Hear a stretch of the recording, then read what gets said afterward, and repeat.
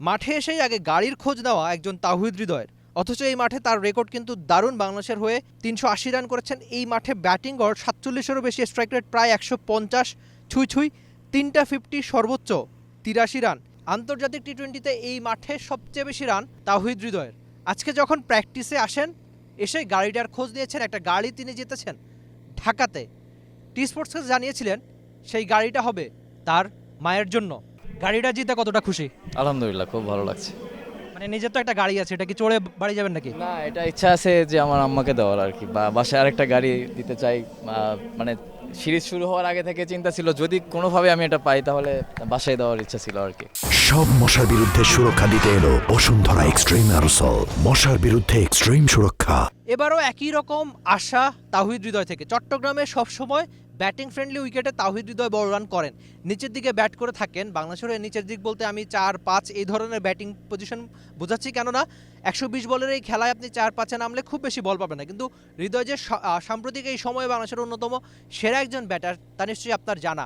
আপনি যদি সবশেষ 1 বছর 1.5 বছর হিসাব করেন, যেখানে বাংলাদেশের হয়ে সেরা পারফর্মার এই তাওহিদ হৃদয় ব্যাটিংয়ে, কিন্তু আপনি আপনার সেরা ব্যাটারকে খেলাচ্ছেন 4-5-এ, একটু নিচের দিকে।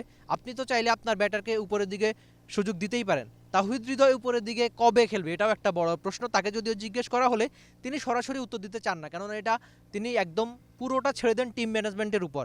আর যেহেতু একটা টিম গেম, হৃদয় সবসময় টিমকে গিয়ে রাখে যে দলের কোথায় চাওয়া, দল কোথায় তাওহিদ হৃদয়কে ব্যাট করতে চায়।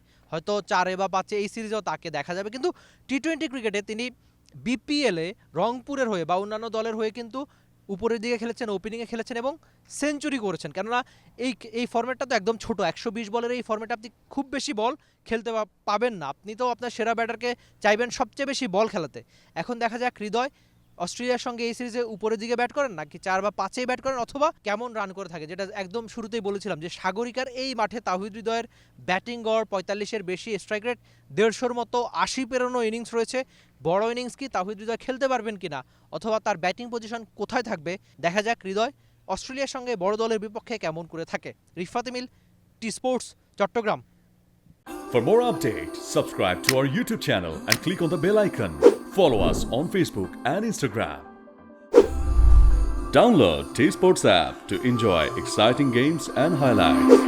Visit tsports.com.